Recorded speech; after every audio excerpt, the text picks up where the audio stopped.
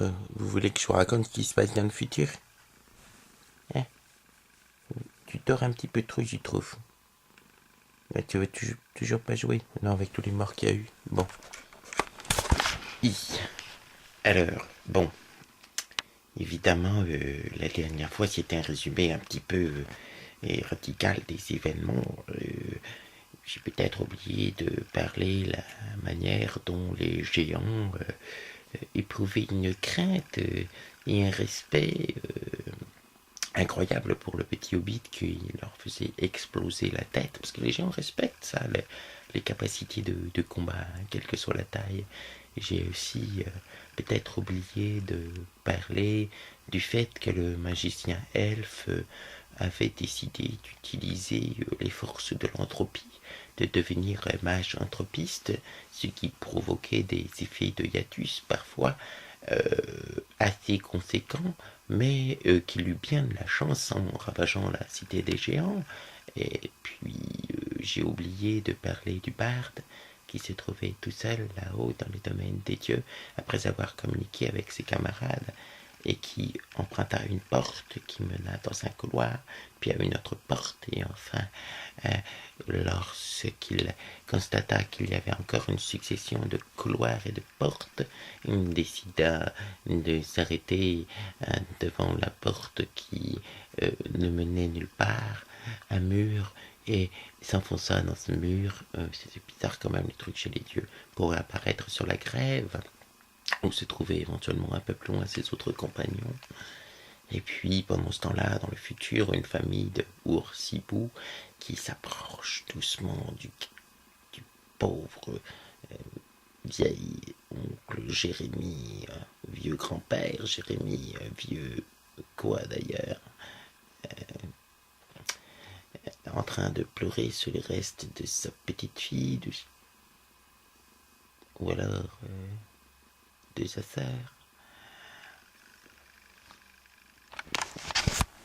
Pourquoi vous voulez que je commence? Vous en foutez. C'est quand même un putain de résumé pour du Donjon Dragon.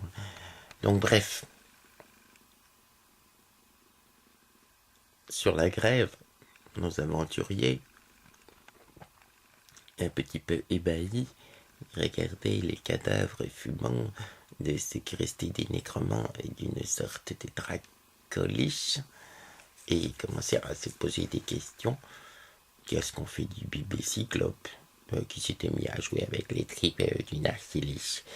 Et qu'est-ce qu'on fait? Est-ce qu'on plonge dans l'eau? Où est-ce qu'on est? Qu'est-ce qui nous est arrivé? Le nain se gratta la tête. Je pense qu'on s'est fait baiser par le barde. Il nous a dit de faire un truc, mais il y a eu un hiatus magique. Les guerriers demandèrent ce que c'était. Le nain se souvenait plus trop de ses cours de magie. C'était loin. Les nains n'ont jamais été connus pour être des spécialistes en matière de magie. C'est plus empirique chez eux. Je sais pas. Tout ce que je sais, c'est qu'on est sur la grève. Le paladin plongea un genou au sol, qui s'enfonça dans le sable, plongea sa main dans l'eau, la remplit, porta l'eau à ses lèvres et la goûta, et fit à ses camarades: elle n'est pas salée. Quoi? Ça devrait être de l'eau de mer, elle n'est pas salée. Je pense que nous sommes dans un autre royaume, que nous ne sommes pas dans notre monde, et que peut-être même sommes-nous morts ou aux portes de l'Empire. La voleuse est assise sur le sable, regarda en l'air, ne vit pas le soleil dont elle pouvait avoir l'habitude. Il n'y avait qu'une sorte de voûte étoilée au-dessus d'eux. Il regarda bien en face le paladin en lui demandant qu'est-ce que c'est l'Empire. Et c'est l'endroit où vont les âmes des héros, peut-être destinés à connaître l'ascension, et certains peuvent redescendre dans les royaumes mortels. Et la veleuse plongea sa main dans les sables et joua avec, ne rencontra aucun coquillage. C'était un sable parfait, totalement parfait. Tout était pur, un instant de poésie, seulement caché par les frouch du bébé cyclope qui jouait avec les tripes de l'archiliche. Et La voleuse compta. 1, 2, 3. 3 mâles et je suis la seule fille. Est-ce que ceci est une île déserte? Je vous préviens, les gars, je ne vais pas me reproduire dans l'Empire avec vous. Bien que certains d'entre vous auraient pu être mon genre, et je désire essayer avant tout de m'en sortir. Hein? La mort n'est parfois qu'un éternel recommencement, et il est hors de question que je me laisse abattre. Aussi, vais-je me lever, prendre la direction, regarder à droite, regarder à gauche, regarder derrière elle, de la gauche par exemple, et puis marcher, j'arriverai bien quelque part. Qui même me suive. Elle se leva et s'en alla.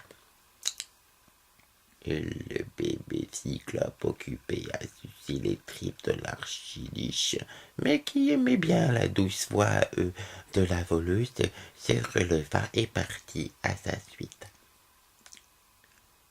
Le nain, le guerrier et le paladin soupirèrent, goûtèrent encore l'eau qui avait peut-être comme seul arrière-goût l'amertume, et emboîtèrent le pas de la voleuse, où allait les mener leur marche dans l'ombre, leur marche dans les ténèbres, leur marche sur le sable pur et parfait sous la voûte étoilée de l'Empyrée.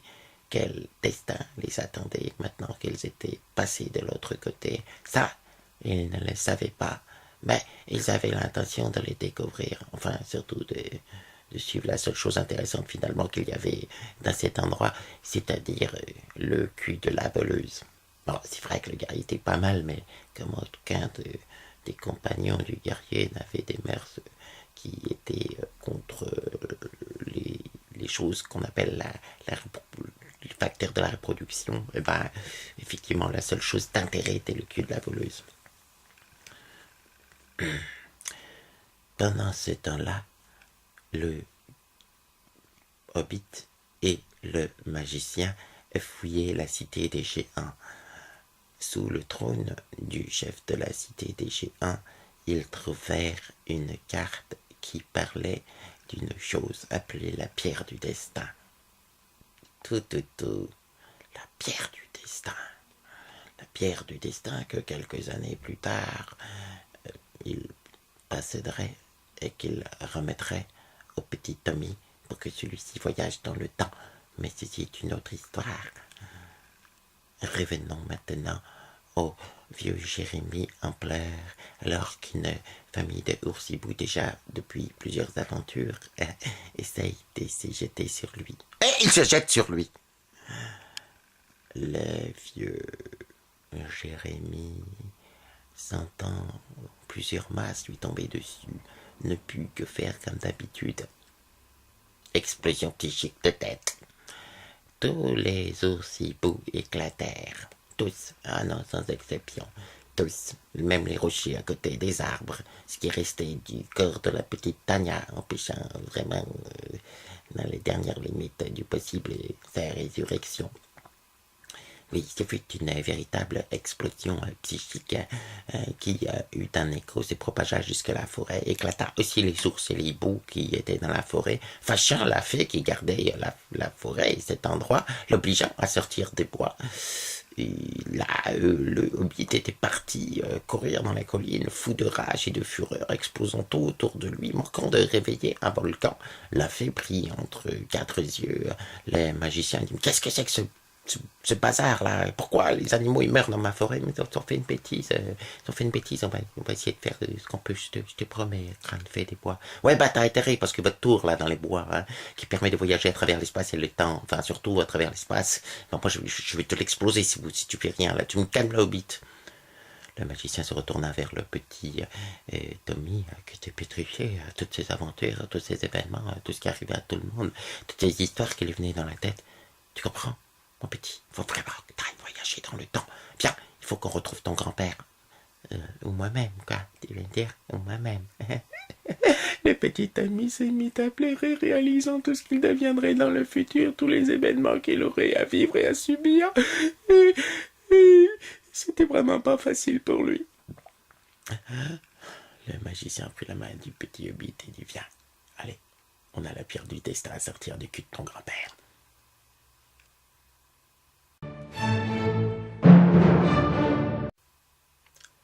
la semaine prochaine, l'histoire de la pierre du destin.